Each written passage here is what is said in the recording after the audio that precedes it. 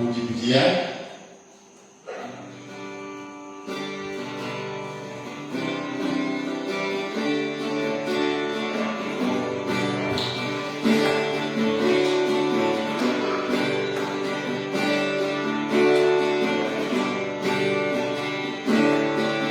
Allah kita besar dan sungguh besar, dan memiliki kuasa besar.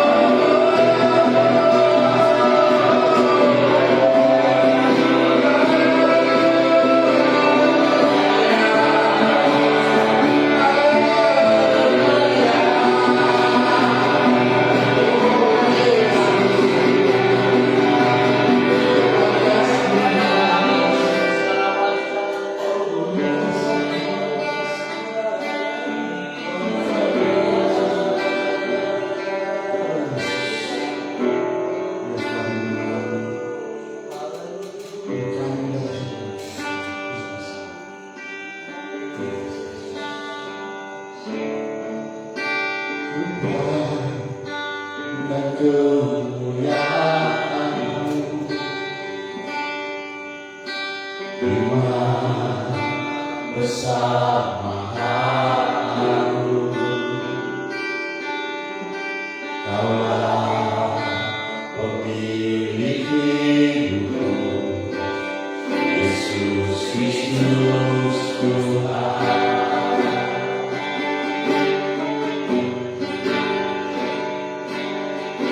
Sujud di depan tangan-Mu, taklukkan seluruh hidupku. Jangan tangan-Mu berus, Yesus Kristus Tuhan.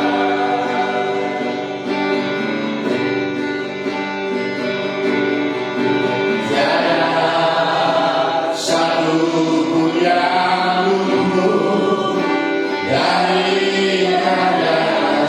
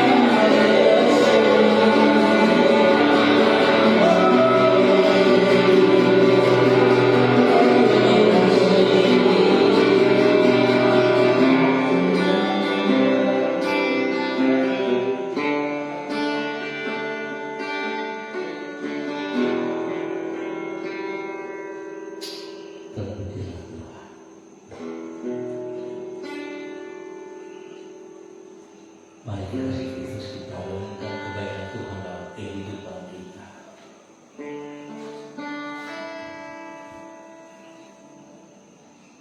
Kita beri kesempatan bagi setiap kita sampai ada pada saat ini, semua hanya dalam anugerah.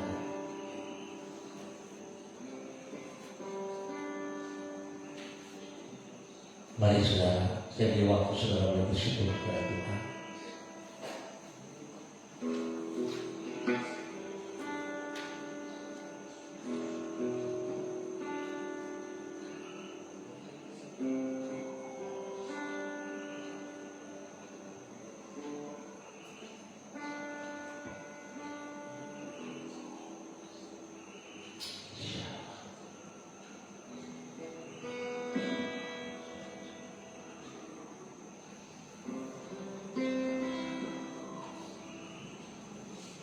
Tuhan, kami perlu Engkau.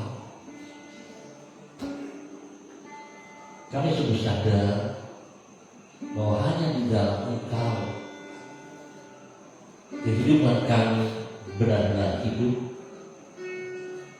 Kehidupan kami akrab dengan pribadi. Biarlah pada sore malam hari ini, selaku para pemimpin, kaum pria, kami datang dengan segala hati, sujud di bawah kaki-Mu, meninggikan, memuliakan, mengagungkan Engkau. Terima kasih Tuhan. Saat kami belajar firman, berkati semua kami yang hadir, berkati hamba yang menyampaikan dalam segala keterbatasan hamba, kehendak-Mu yang terjadi. Terima kasih Bapak. Kuasai hati, pikiran, tempat ini dengan kuasa-Mu, dengan Roh Kudus, dengan firman-Mu. Semua roh yang mengganggu pikiran kami, yang menerawang pikiran-pikiran kami kepada hal-hal yang tidak benar, kami sepakat sehati, kami ikat, kami patahkan, kami putuskan, kami tolak keluar di dalam nama Tuhan Yesus Kristus. Kami sepakat melepaskan kekuatan Tuhan berkarya bagi kami di tempat ini di dalam nama Tuhan Yesus Kristus. Haleluya. Amin. Baik Bapak Ibu, saudara-saudara, maaf. Aduh, Bapak Ibu lagi penyesalan. Oke, terima kasih untuk Pak Simi dan Bapak Devi sudah melayani kita dalam ujian penyembahan. Ya. Saya percaya, saudara-saudaraku, dalam kehidupan kita ini seringkali kita melupakan atau kita lalai atau kita sepertinya macam tidak mengerti siapa kita di hadapan Tuhan. Apalagi jika kita adalah kaum pria. 1001 alasan untuk tidak bisa mengambil bagian atau mempunyai waktu saat teduh duduk di kaki Tuhan. Padahal kita sangat membutuhkan hal itu. Mungkin hal-hal begini, perkataan ini sudah sering kali kita dengar. Ya, berulang kali kita dengar. Bahkan juga mungkin kita bisa menyampaikan itu juga kepada orang lain. Ya. Tapi pertanyaannya, bagaimana dengan pribadi kita sendiri? Sungguhkah kita memahami akan hal ini atau tidak? Sebab saya boleh jujur, kita juga para pendeta seringkali berbicara, tapi tindakannya nggak ada gitu.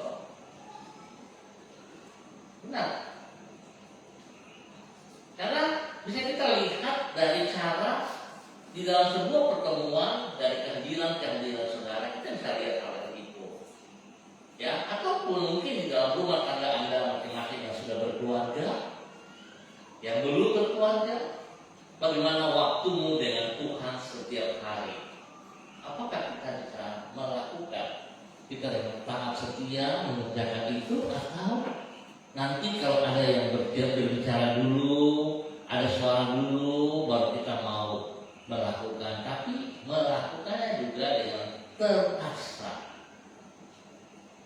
Ya, saudara, kita butuh relasi yang akrab dengan Kristus. Ya, kita butuh relasi yang akrab dengan Kristus. Sebab tanpa Kristus kita tidak bisa berbuat apa-apa. Dan pada malam hari ini saya ingin mengajak kita sama-sama belajar dari Injil Yohanes. Ya, Injil Yohanes pasalnya yang ke-15 ayat 1 sampai dengan 11. Ini ayat firman Tuhan sudah sering kali kita baca dan saya percaya bahwa kita memahami. Oleh sebab itu saya mengajak, mari Bapak Ibu kita berdiri, kita sama-sama akan membaca. Tapi kita mulai, satu orang satu ayat ya. Ya, kita mulai dari Bapak Donald. Bapak Donald, Bapak Sini, Bapak Yedna, dan seterusnya berputar ya. Satu orang satu ayat. Yohanes pasal 15 ayat 1 sampai dengan 11. Topiknya pokok anggur yang benar. Dimulai dari Bapak Donald. 1, 2, 3. Akulah pokok anggur yang benar dan Bapakku pengusahanya. Setiap ranting padaku yang tidak berbuah dipotong, dan setiap ranting yang berbuah dibersihkannya supaya ia lebih banyak berbuah. Kamu memang sudah bersih karena firman yang telah dikatakan kepadamu. Tinggallah di dalam aku dan aku di dalam kamu, sama seperti ranting tidak dapat berbuah dari dirinya sendiri. Kalau ia tidak tinggal pada pokok anggur, demikian juga kamu tidak berbuah. Jikalau kamu tidak tinggal di dalam aku. Akulah pokok anggur dan kamulah ranting rantungnya.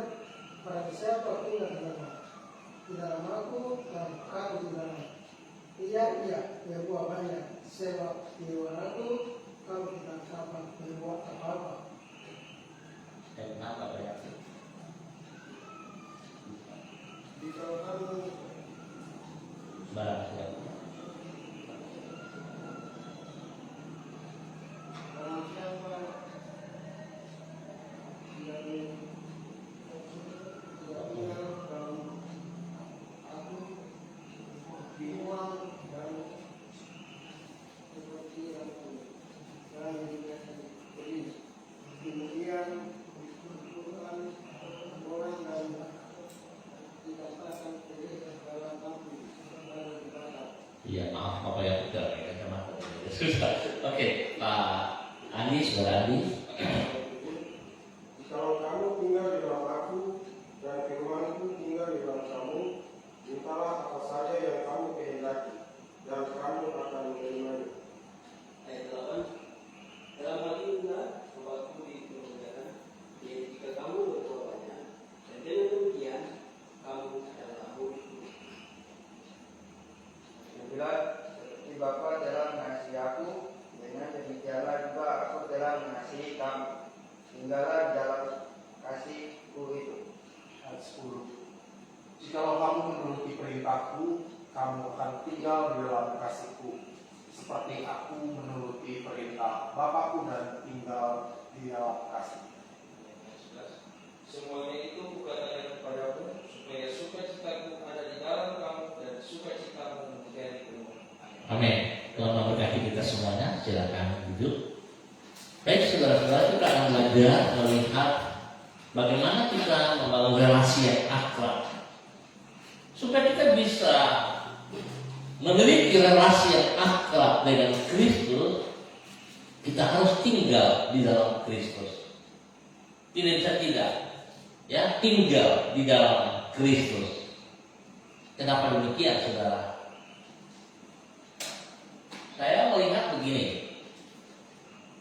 Seringkali kita menganggap Tuhan yang kita sembah, Yesus Kristus, itu terlalu kaku dalam kehidupan kita. Ya, terlalu kaku. Kita melihat Tuhan itu seperti sesuatu yang bagaimana ya, kalau kita mau bilang. Kalau saya kasih gambaran kayak di dalam pemerintahan, seperti kita lihat seorang presiden atau seorang bupati, di mana kalau kita ketemu sangat hormat, jongkok dan sebagainya begitu. Karena kita lupa status kita yang Tuhan berikan kepada kita. Pertama kali kita mengakui Dia sebagai Tuhan dan Juru Selamat kita adalah, saudara punya status apa? Status Anda sekarang apa? Anak-anak Allah. Dan ini kita lupa, kita selalu melihat saya kan hamba Tuhan, saya pengikut Tuhan, betul, nggak salah. Tapi status kita sebagai anak-anak Allah, anak-anak Tuhan, itu yang Tuhan inginkan untuk kita mengerti akan hal ini. Kenapa? Sebab Tuhan merindukan relasi dengan kita.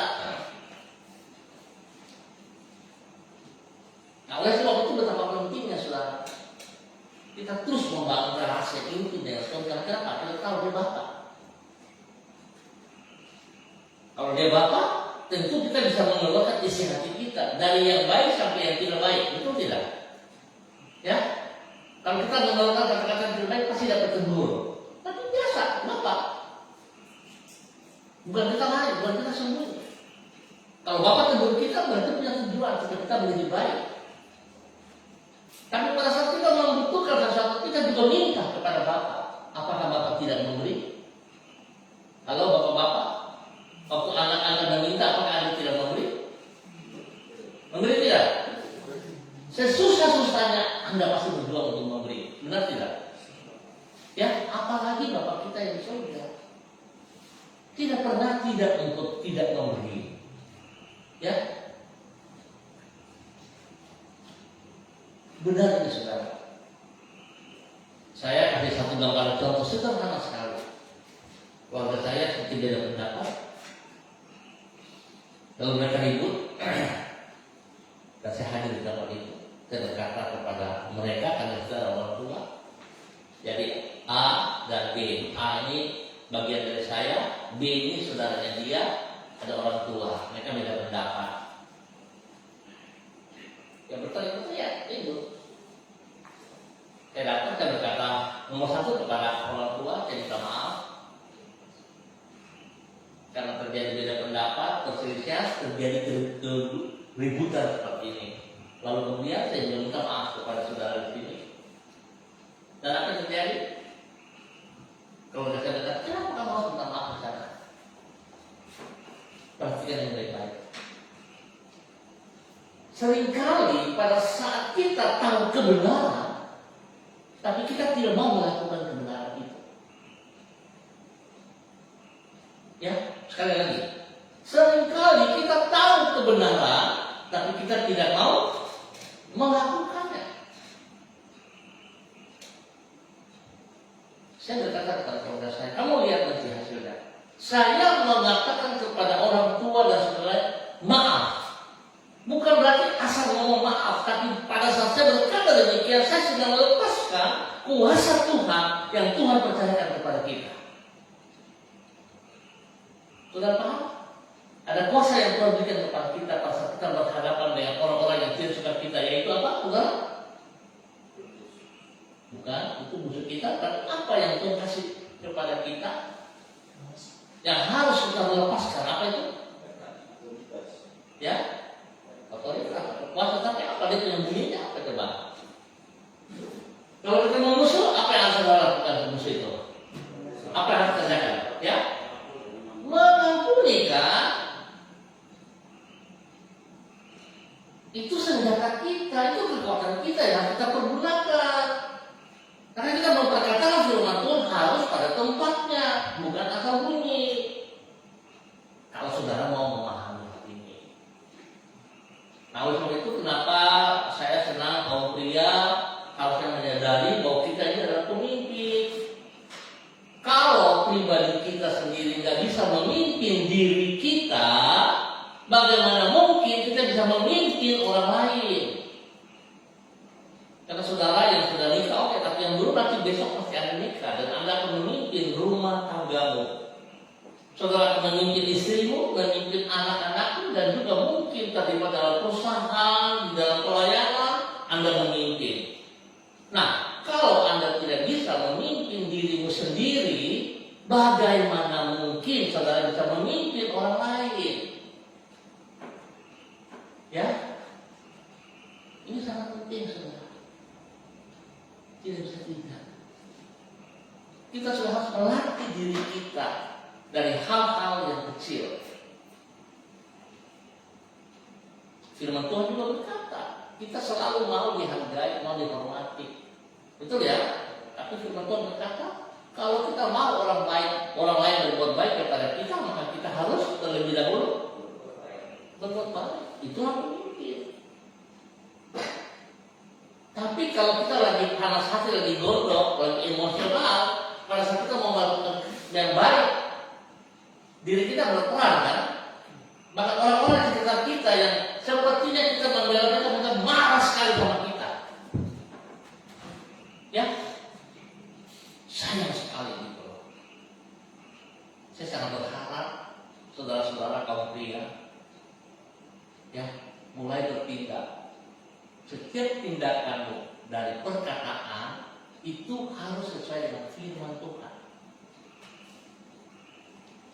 Ya, jangan saudara membela diri, bapak itu kebiasaan itu sudah begini. Tapi saya mau katakan apa yang keluar dari dalammu itu bukan kebiasaan, tapi itulah hidupmu yang sesungguhnya. Ya,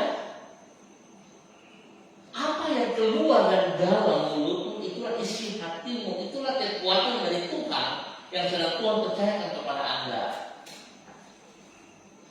Kekuatan kuasa yang keluar dari mulut kita itu ada dua bagian. Yang pertama bisa positif, yang kedua bisa negatif. Nah, oleh sebab itu selalu menyadari saya ini pemimpin. Kalau saya pemimpin berarti saya harus mengeluarkan kata-kata yang positif atau negatif? Positif, apalagi kita terlibat dalam pelayanan. Iya kan? Harusnya kita melihat itu. Ya, kok tidak sedih loh?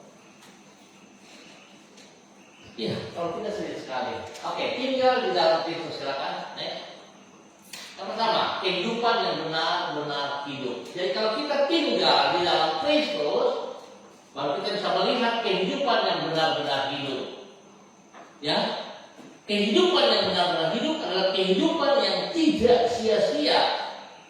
Artinya segala aktivitas yang kita buat itu sungguh mempermuliakan Tuhan, bukan untuk diri kita. Ya, bukan untuk diri kita, saudara. Kalau untuk diri kita, makanya selalu pada saat kebenaran yang harus kita sampaikan, kita batalkan. Kenapa? Karena kita melihat untuk diri kita. Kita tidak berani meneruskan kebenaran itu. Kenapa? Karena kita melihat ini bukan untuk saya. Sedangkan firman yang saya sampaikan ataupun yang harusnya saya keluarkan untuk kemuliaan Tuhan, dan itu kita curi di situ. Ya, kita curi.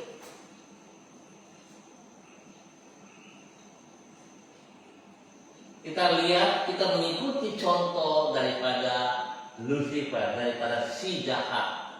Pada saat dia berkata kepada Yesus, salah satu contoh mamanya, jika engkau anak Allah, apa dikatakan? Jika engkau anak Allah, waktu dia naik ke puncak itu, Iblis berkata, jika engkau anak Allah, jatuhkanlah.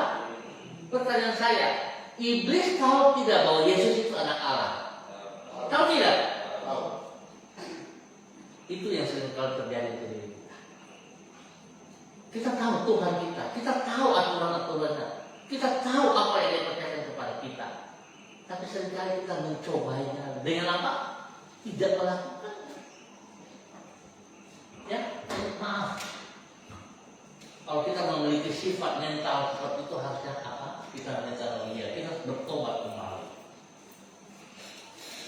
Ya, kalau tidak kita tidak hidup di dalam kehidupan yang benar-benar hidup, ya, kehidupan yang kita akan mengalami kesia-siaan dalam kehidupan kita.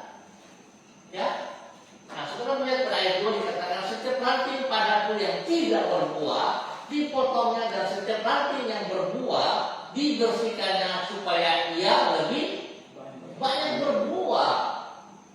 Ya, kalau kita mengikut Kristus, maka Kristus akan menolong kita. Kristus tidak kompromi dengan segala perbuatan kita yang berlawanan dengan Dia. Tuhan Yesus Kristus mengasihi orang berdosa dikompromi dengan dosa. Sekali lagi, Tuhan Yesus Kristus mengasihi orang berdosa, tetapi tidak kompromi dengan dosa. Jadi kalau kita berbuat salah, Tuhan pasti akan potong. Kenapa Tuhan potong? Kenapa Tuhan potong? Supaya kita apa? Lebih banyak berbuat. Di sini saudara bisa melihat hati Bapa mengasihi kita. Di dalam kesalahan-kesalahan yang kita buat, Dia tidak usir kita, tapi Dia menghajar kita supaya kita kembali hidup di dalam kebenaran dan menghasilkan buah. Tapi ya saya bilang tadi, saudaraku, kita seringkali mengikuti gayanya si jahat.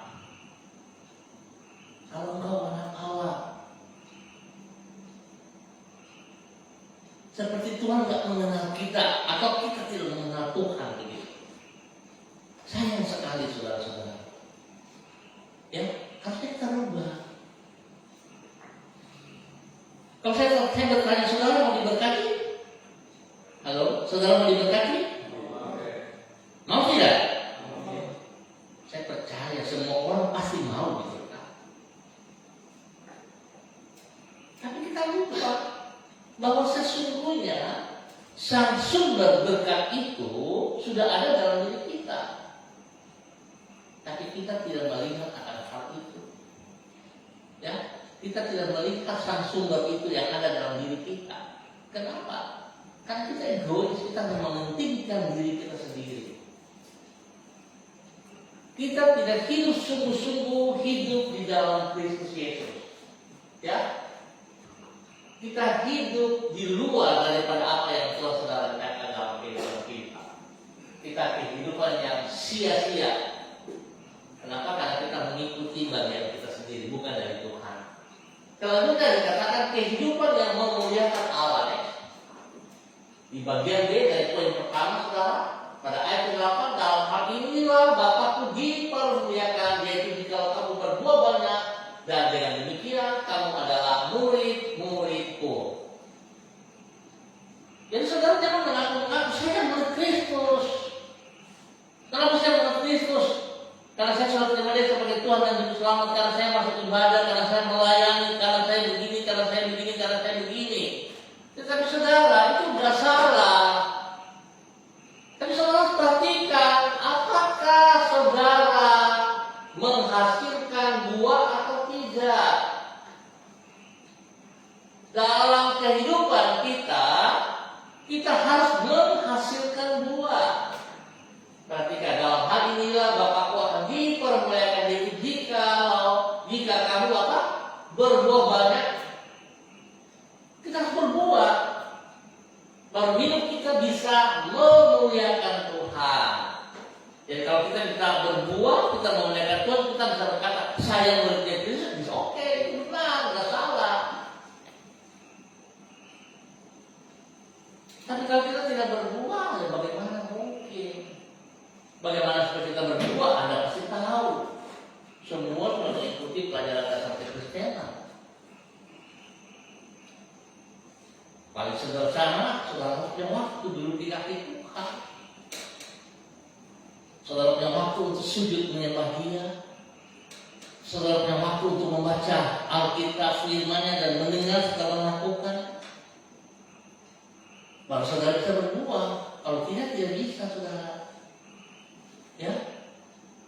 Kalau saudara tempat dia di TikTok sekarang itu, kemarin saya lihat gereja setan keluar.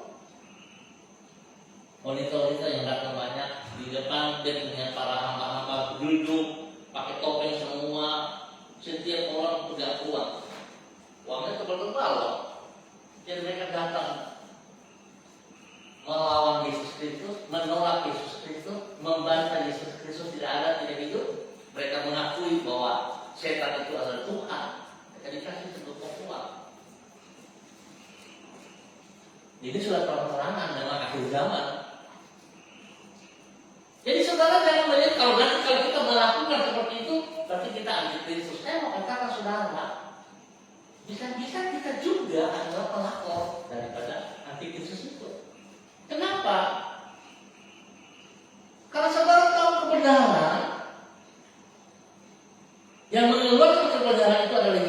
Kristus, tapi saudara tidak taat melakukannya. Berarti kan saudara tidak mengakui Dia sebagai Tuhan.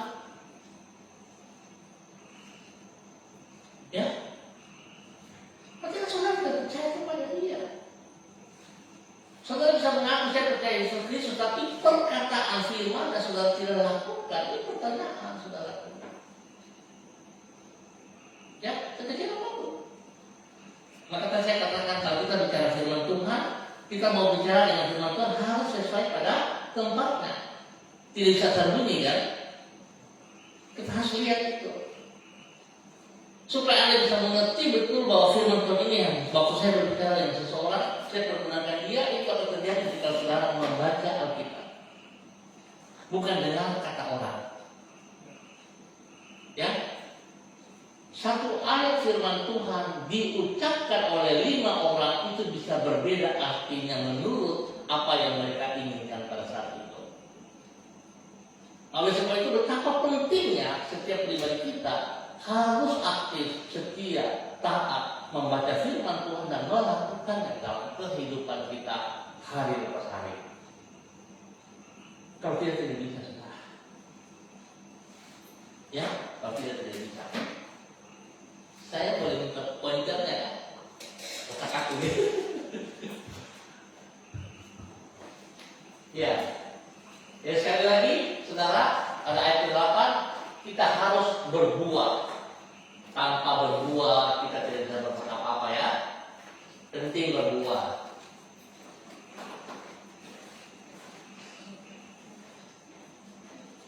Terima kasih. Ya. Oke. Saya boleh bertanya. Bapak Sini, apakah Bapak Sini berbuah atau tidak? Berbuah. Berbuah ya? Oke, terima kasih. Bapak Donald? Apakah Bapak Donald berbuah?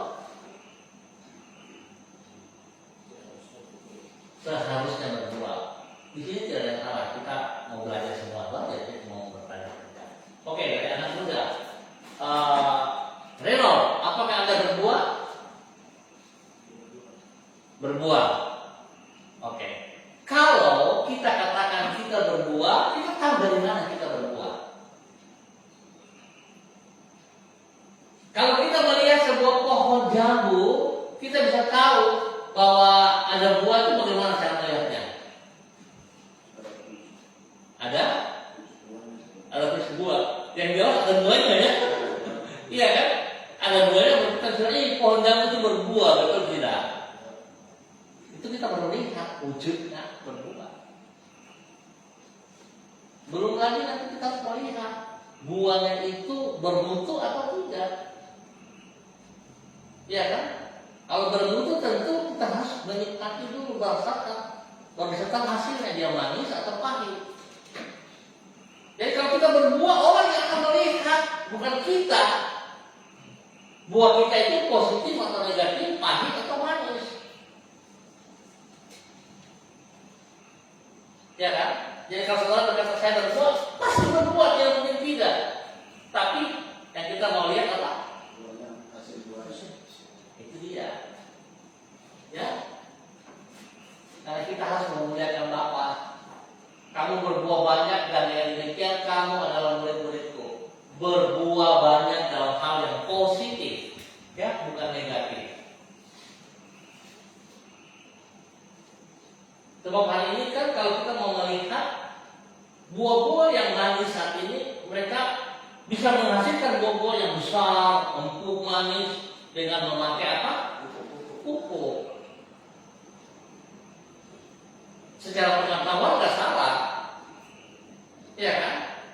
Tetapi kalau kita melihat di dalam kebenaran, kita mau katakan salah. Kenapa? Karena kita memaksa dengan cara yang tidak seperti yang Tuhan inginkan. Apakah kalau tidak pakai pupuk buah-buah itu tidak bisa manis? Bisa. Cuma setiap kita kan ingin mendapat sesuatu yang instan, cepat memuakan begitu. Bahkan hari ini kalau saudara perhatikan yang saya lihat dalam tayangan, orang kalau jual sayur-sayur begitu dari pagi ketika sudah tidak laku, dia mulai layu-layu, mereka celup dalam air. Ternyata dalam air itu ada dia punya pengawet kabawaran, celup-celup, jadi segar lagi begitu. Nah kalau kita ada jeli, kita dibodohi. Itu yang terjadi hari ini. Kehidupan kita juga bisa seperti itu. Supaya orang bisa lihat bahwa saya berbuah, tapi ternyata buahnya pahit. Ya, jangan seperti itu, saudara. Kita harus berani berubah. Ya, kita harus berani berubah. Kalau tidak, berikutnya kita lihat hidup di dalam Kristus adalah hidup di dalam keakraban dengan Kristus. Akrab dengan Kristus. Kalau akrab itu bagaimana, saudara? Hah? Bagaimana? Akrab itu bagaimana? Dekat intim. Yang sudah berkeluarga, Anda akrab dengan pasanganmu atau tidak? Akrab, betul ini. Atau hal-hal tertentu saja baru akrab. Bagaimana kira-kira? Iya loh. Karena saya dengar cerita-cerita di luar sana, dalam konseling-konseling saya bilang sama mereka, kamu baik kok, selalu sama-sama, bilang bapak kenalnya dari kulit. Loh, kok bisa begitu? Ya pasangan saya kalau di rumah, mesra-mesra dan sebagainya, tapi kalau sudah di dalam rumah, pokoknya saya ini menderita. Loh, kok bisa kayak begitu? Penampilan bisa menipu kita, saudara. Dan secara kasar kita juga suka melakukan penampilan yang menipu diri kita dan menipu orang lain. Yang paling tidak kita sadari kita menipu Tuhan. Apakah Tuhan buta? Jangan saudara anggap enteng ya, saudara pemimpin masalahnya. Ini harus diperhatikan. Setiap pemimpin pasti dituntut untuk mempertanggungjawabkan apa yang dipercayakan kepada dia. Ya. Maka kalau kita melihat cerita Adam dan Hawa jatuh dalam dosa, orang selalu berkata Hawa yang salah. Iya kan? Begitu. Karena dia yang punya buah dan dikasih kepada Adam. Dan itu mau tahu siapa yang bertanggung jawab di situ. Siapa yang dikasih tanggung jawab? Ada bertanggung jawab apa tidak? Tidak. Kalau dia lihat istrinya sudah berbuah, makanya dia kata, oh tidak boleh. Kita kan tidak dilarang, nggak boleh makan buah itu. Sentuh pun nggak boleh. Kamu sentuh, kamu ambil, kamu makan, kamu kasih saya yang makan. Kayak makan lagi. Berarti saya tidak menghormati Tuhan. Jadi saudara jangan dibohongin. Ini yang harus kita hati-hati sendiri begini. Seringkali kita termakan, maafkan saya, dengan paham Tuhan berkata, Bapak Devi kan di dalam rumah tangga, Bapak Devi itu otoritas. Punya suara tertinggi, mengatur istri dan anak. Betul, sudah salah otoritas. Tapi otoritas seperti apa sebenarnya? Otoritas yang Tuhan berikan kepada kita selaku kepala keluarga bukan merusak keluarga kita. Ya, bukan merusak. Tapi kita harus membina mereka. Kita harus merawat mereka. Ya. Itu yang Tuhan berikan sebagai otoritas dalam pribadi kita sebagai kaum suami atau orang. Jadi kalau kita sedang marah, beda pendapat dengan pasangan kita, kita nggak bisa pakai emosionalnya kita. Harusnya kita sadari bahwa Tuhan sedang percayakan saya untuk bisa membina pasangan saya atau anak-anak saya. Tapi kita sedang masih emosional, yang membuat masalah adalah diri saya sendiri. Masalah itu ada pada diri kita.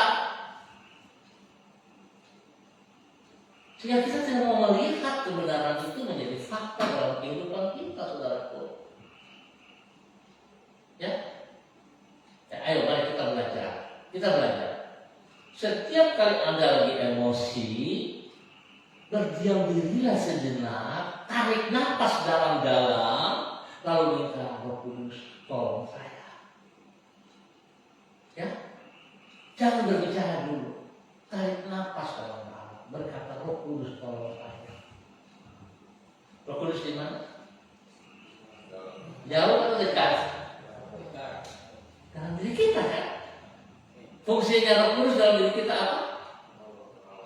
Penolong.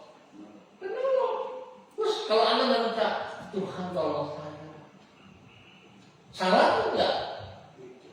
Salah tidak? Tidak, justru kalau saudara tidak minta tolong, saudara salah. Dan saudara akan menanggung akibatnya yang tidak baik, saudara akan melihat hasilnya. Kenapa? Karena pikiran kita sudah melakukan hal yang salah, kita tidak minta belas kasihan Tuhan untuk menolong kita lurus kembali, tapi kita melakukan berdasarkan pikiran kita yang salah itu. Sehingga kita jujur sebenarnya itu kita berdosa kepada Tuhan. Kita tidak menghargai Dia kan? Ya, dosa itu bukan saat kita mencuri, bukan saat kita berzina, itu dosa, tapi bukan patokan kalau saya berzina, saya mencuri, bahwa saya berdosa. Dikatakan berdosa. Hal yang sederhana, saudara tidak taat kepada firman yang saudara juga berdosa. Ya.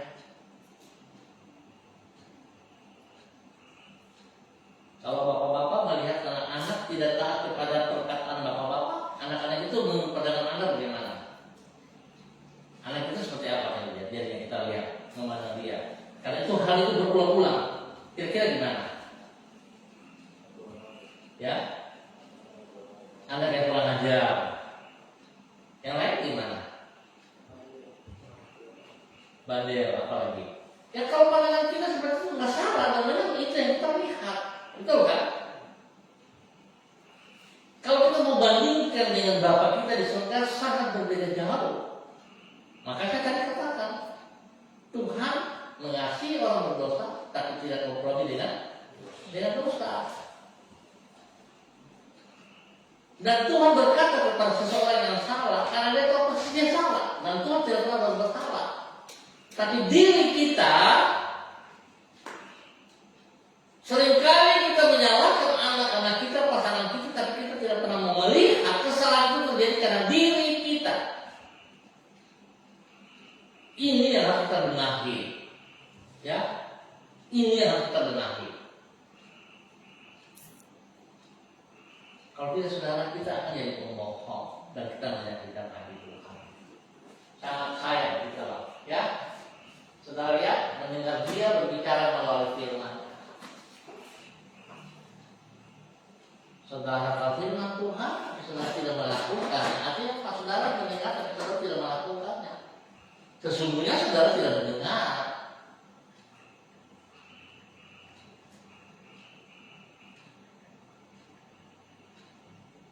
Saya bilang mamanya, Andi nanti kamu datang dalam kegiatan ini jam 6 ya? Iya Pak, jam 6. Tapi dia datangnya jam 7. Dia mendengar suara saya atau tidak? Mendengar tidak? Kalau fisik dengar ya, saya sudah bicara. Siap Pak, ya Pak. Tapi waktu dia datang tidak tepat jam 6. Berarti dia tidak mendengar suara saya. Nah itu juga terjadi untuk hidup kita dengan Tuhan. Tapi kita bangga, kita mempertahankan hal itu. Kita akan terbiasa. Kita membela diri, kita akan manusia. Ya, saya pengen sekali saudaraku, waktu kita singkat, ya, kita tidak tahu ke depan itu seperti apa. Apakah kita sudah berbuah atau belum?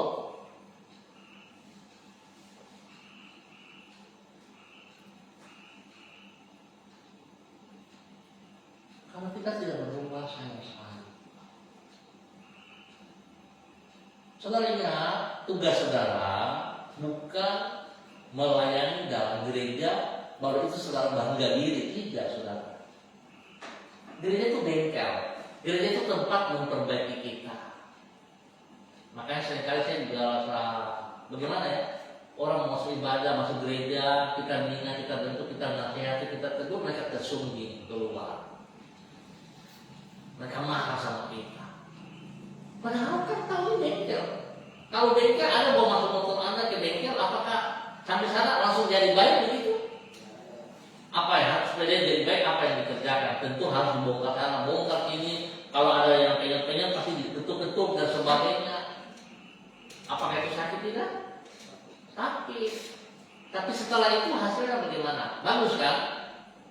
Nah demikian juga setiap pribadi kita ini dibentuk di dalam gereja seperti itu, saudaraku. Saya percaya saudara mengerti dan saudara sudah menjadi pelakunya. Ya. Tetapi kembali lagi saya mengingatkan yang kita lupa, Yesus juga membentuk kita, ya, memperbaiki kita, tapi selalu dia lakukan dengan kasih. Salah tetap salah, tapi tetap dia lakukan dengan kasih. Itu jangan kita lupa. Ya. Kalau Amsal pasal saya lupa, dia katakan, jika kau mengasihi anakmu, kau menyayangi anakmu, berikan dia rotan. Keras tidak? Kalau kita lihat jahatnya, kok firman Tuhan begitu? Katanya kasih, di mana kasih? Anak kita nakal kita pukul dengan rotan. Mana kasih? Dan hari ini banyak orang tidak mau melakukan firman Tuhan ini. Ini tanda tanya lucu sekali bagi saya. Mereka bilang ini bukan waktunya lagi, kita harus dengan kekerasan. Berarti firman Tuhan ini sudah batal ya, nggak berlaku lagi, toh? Betul? Kenapa? Karena kita suka membaca firman Tuhan cuma hanya letter-letter, itu cuma hanya asal baca, terus langsung kita lakukan menurut maunya kita. Kita tidak pernah bertanya kepada Tuhan, Bapak, kira-kira ini perkataan Bapak ini bagaimana? Kita tidak mau bertanya. Kan kita bahasa kita pintar, padahal salah. Tuhan mengasihi anak kita, maka dia tetap berikan rotan. Maksudnya apa? Yang kita pukul itu kesalahan-kesalahannya. Kita memukul dia bukan menginginkan nyawanya.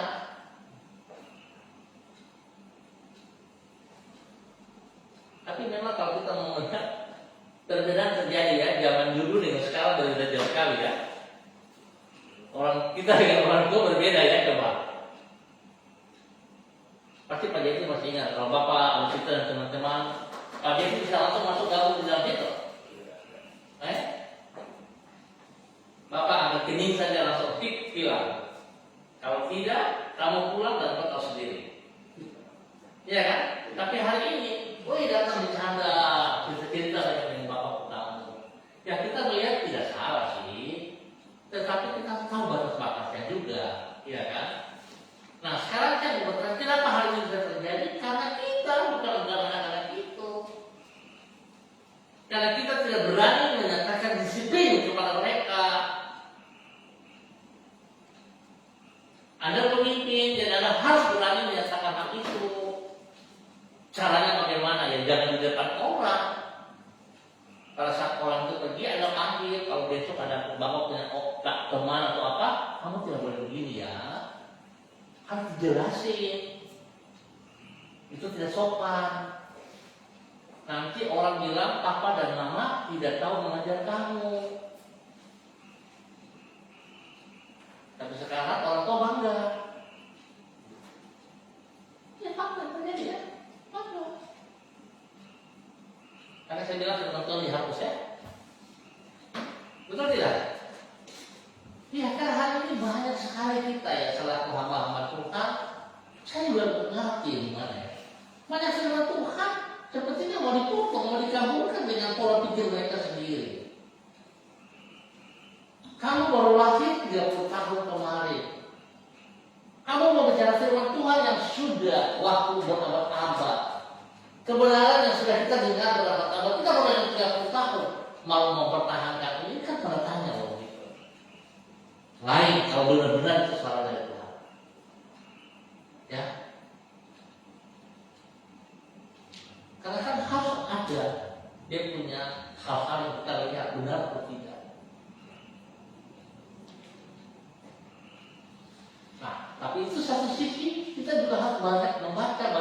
membaca supaya kita jangan dibodohi. Ya, kalau saudara tidak mau membaca, saudara tidak dapat tahu tentang hal-hal yang penting yang saudara membaca.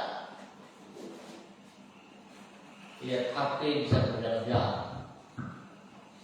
Membaca firman Tuhan 5 menit saja capek, minta ampun.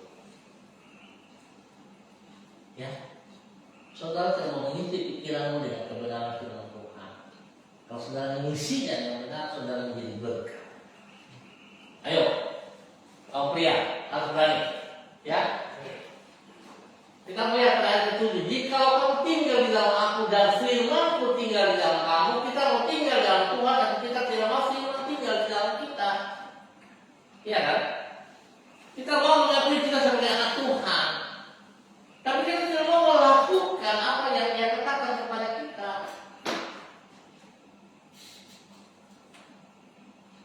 Kita mau diberkati oleh Tuhan, tapi kita tidak mau melakukan bagian-bagiannya kita.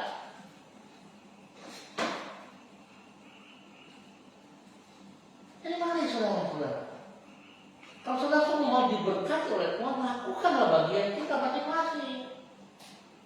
Kalau kalian yang masih sekolah, bagian kalian ya harus belajar sungguh-sungguh. Berkat itu akan turun, kalian menjadi anak-anak yang terpandai. Tapi kalau Tuhan juga saya hikmat kepintaran, belajar nggak pernah gitu loh. Mana bisa jadi pintar, nggak bisa.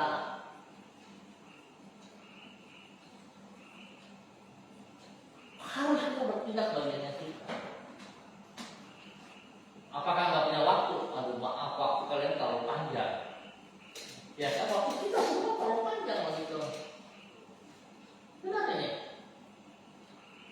Kalau saudara serius dalam mempelajari atau melakukan sesuatu dengan segenap hati, dengan hati tulus, waktu itu singkat, pendek, rasanya tidak cukup. Coba saudara perhatikan hal itu. Ya, rasanya tidak cukup gitu. Tapi kita tidak mau. Kita mau gampang saja, itu tanda tanya saja gitu. Jadi sayang sekali saudaraku. Ya, kita tidak tinggal di dalam Kristus sesungguhnya. Kalau kita tinggal dalam Kristus, maka kita harus bisa mendengar suaranya, kita bisa firman-Nya hidup dan kita juga hidup, begitu. Ya. Akibatnya apa saudara minta? Dikatakan mintalah apa saja yang kamu minta, apa yang kamu kehendaki dan kamu akan. Amin tidak? Bisa mau berkata. Amin tidak? Amin. Saudara sudah alami belum? Nah kalau saudara sudah alami, kenapa bimbang, kenapa ragu? Sekali Tuhan memberkati Anda, seterusnya Tuhan akan memberkati Anda. Tapi itu tergantung dari diri kita masing-masing. Ya, Tuhan tidak pernah membatalkan atau memanipulasi perkataan untuk kita semua. Nggak pernah. Ya, kalau Tuhan bilang mintalah, ayo minta. Maka Tuhan akan kasih. Kita cuma meminta kepada hal-hal yang penting. Kita tidak meminta supaya apa yang kita minta sungguh-sungguh mempermuliakan Tuhan. Itu kita tidak mau lakukan. Sehingga seringkali itu yang menjadi penghalang kita. Sepertinya Tuhan tidak menolong kita. Kalau saudara mengingat Yesaya pasal 59 ayat 2 ya. Coba kalau lihat. Yesaya 59 ayat 2 atau 2.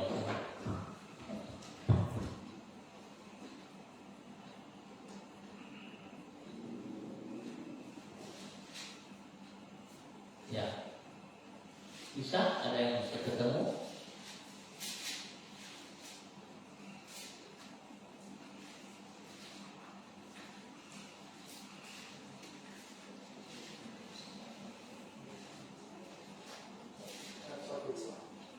Ayat kedua, coba. Ya, silakan baca ya, nggak apa-apa. Tetapi yang merupakan pemisah antara kamu dan Allahmu adalah segala kejahatanmu, dan yang membuat dia menyembunyikan diri kepada kamu sehingga dia tidak mendengar ialah segala dosa. Iya. Jadi kita melihat kejahatan kita, dosa kita yang membuat menjadi penghalang. Jadi kita bisa Tuhan mendengar permintaan kita.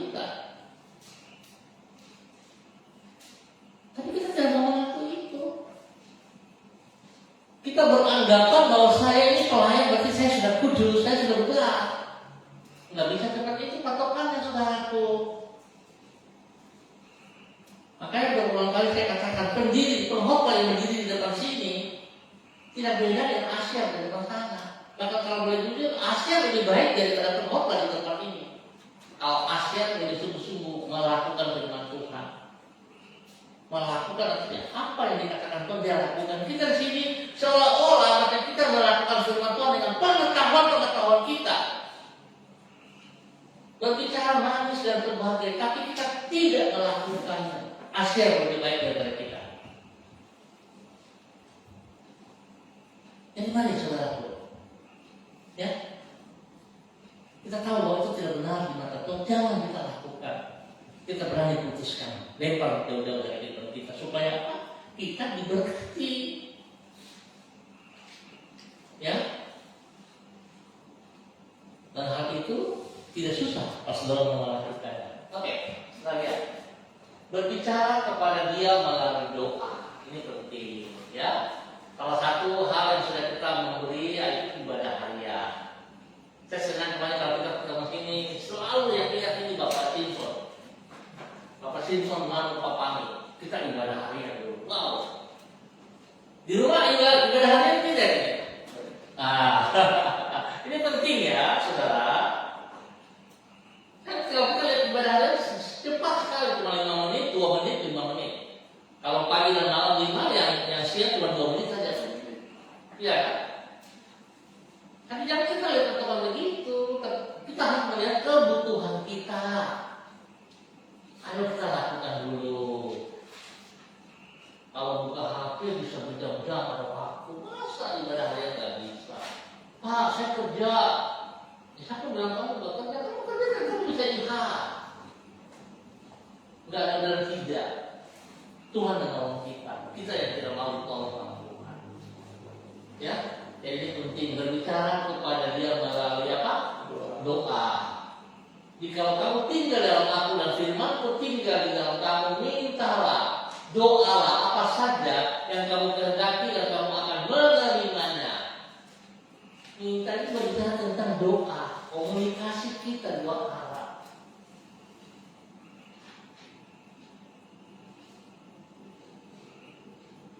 Kalau mama Reno mau keluar rumah, Reno minta sesuatu dari orang tua, ada tidak?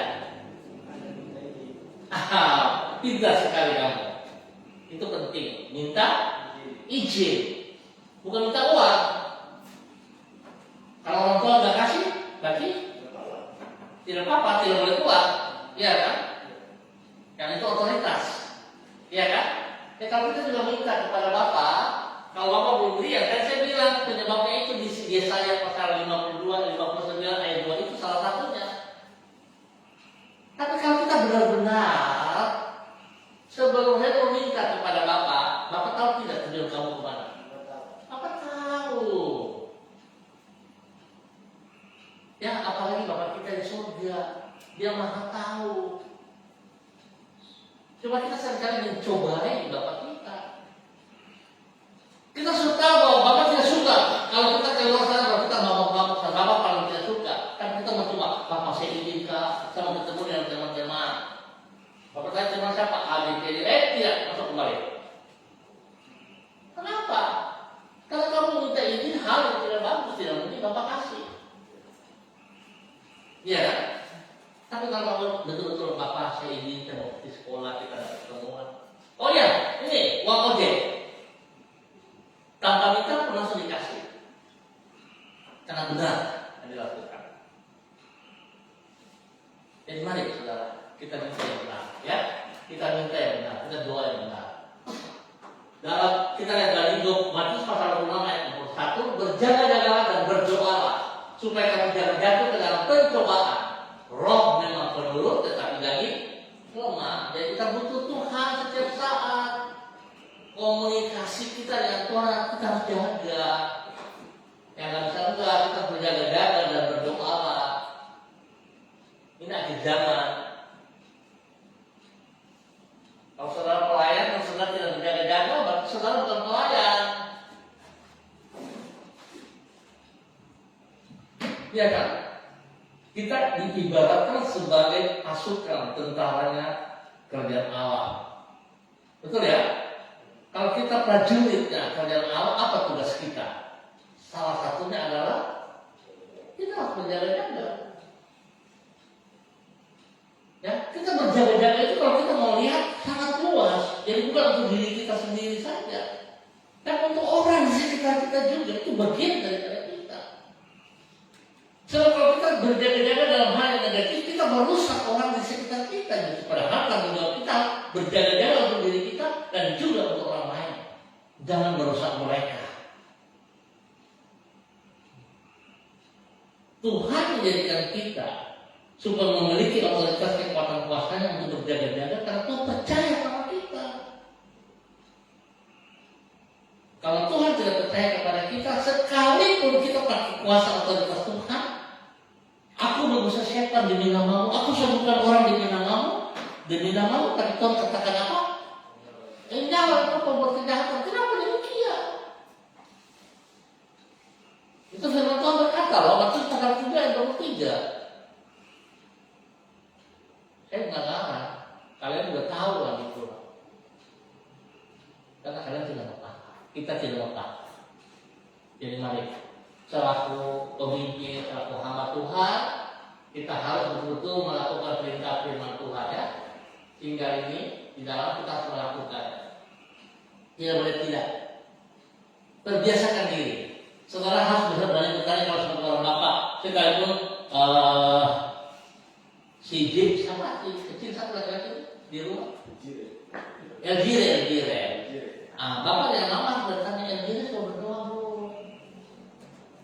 Bukan bangun, sudah makan belum? Salah. Tanya dulu sudah berdoa belum? Itu dilatih supaya jadi terbiasa. Kalau belum, nih doa dulu. Ikut papa doa, ada dia. Selesai, oke, sekarang kamu pergi makan ya. Nah kayak begitu. Ya dia terisi dengan kebenaran. Kenapa saudara tidak lakukan itu? Saya cuma khawatir saudara tidak pernah berdoa juga. Makanya tidak bertanya kepada anaknya berdoa atau tidak. Ya, saya cuma khawatir saja. Saya percaya di sini tidak begitu. Ya, di sini tidak. Semua anak menjadi pelaku Tuhan. Mayo seperti mana? Ada ibadah tak? Masih sibuk sekali loh. Saya kagum dia menjadi dosen terbaik juga. Ya, dia dalam bidang. Jadi kita bangga dengan disiplinnya. Dosen-dosen yang luar biasa loh. Mendapat penghargaan. Tapi jangan lupa Tuhan.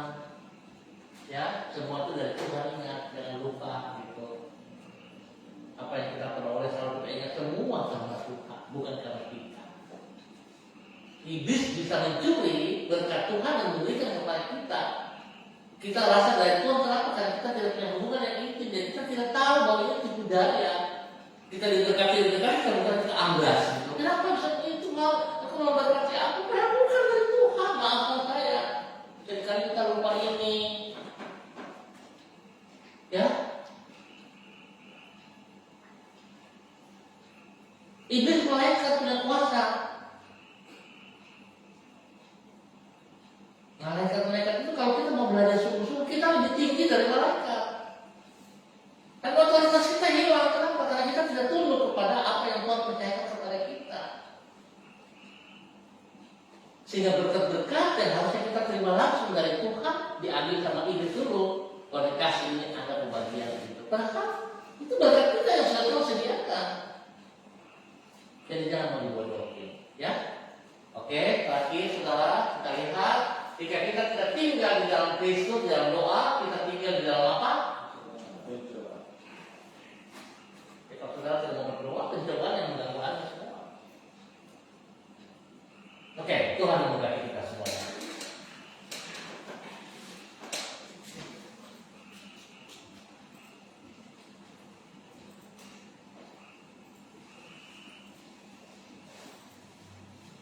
Mari kita berdoa. Bapa, dalam nama Tuhan Yesus Kristus,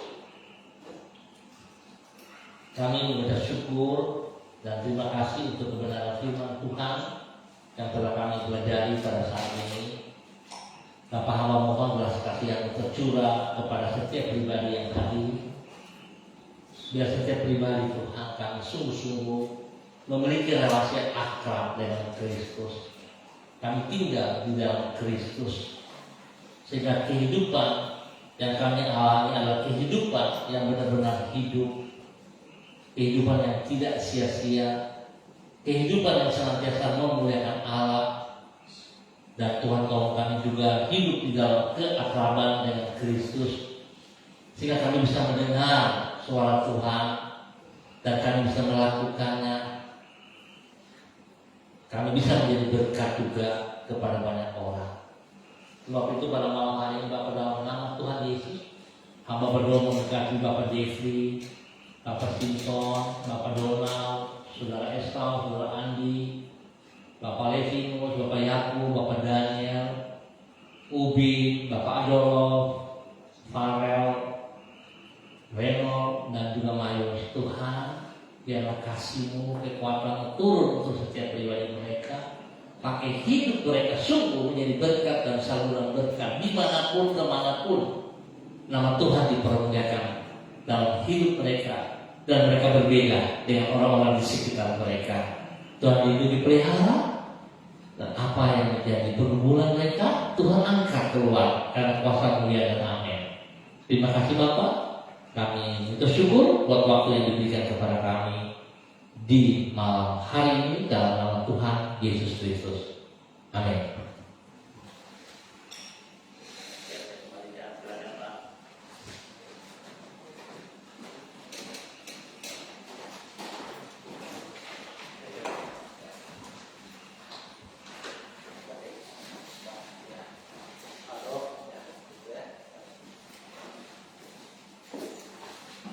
Saya percaya kita semua diberkati oleh kebenaran firman Tuhan.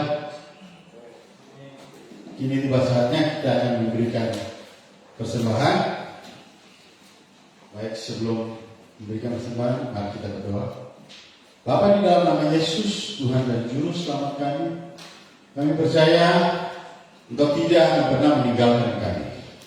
Terima kasih atas firman-Mu yang hidup dan telah dibawakan oleh Bapak Gembala Bapak Tony di tempat ini. Tuhan, kiranya mau berkati beliau, mau jaga dia, lindungi dia selalu dalam tugasnya sebagai gembala di tempat ini. Kami mengucap syukur karena kebaikan-Mu dalam hidupnya, memberikan berkat, memberikan segala yang dia butuhkan. Terima kasih Tuhan. Kami percaya Engkau tidak akan pernah meninggalkan beliau. Dalam nama Tuhan Yesus, kami akan memberikan persembahan Tuhan. Kiranya Engkau mau sucikan persembahan kami, agar persembahan ini dapat layak di hadapan Tuhan.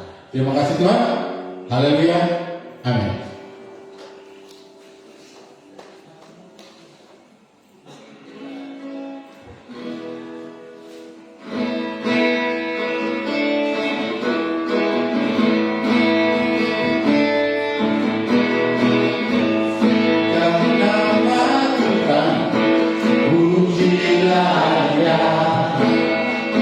Kekurangannya besar, jangan terhina.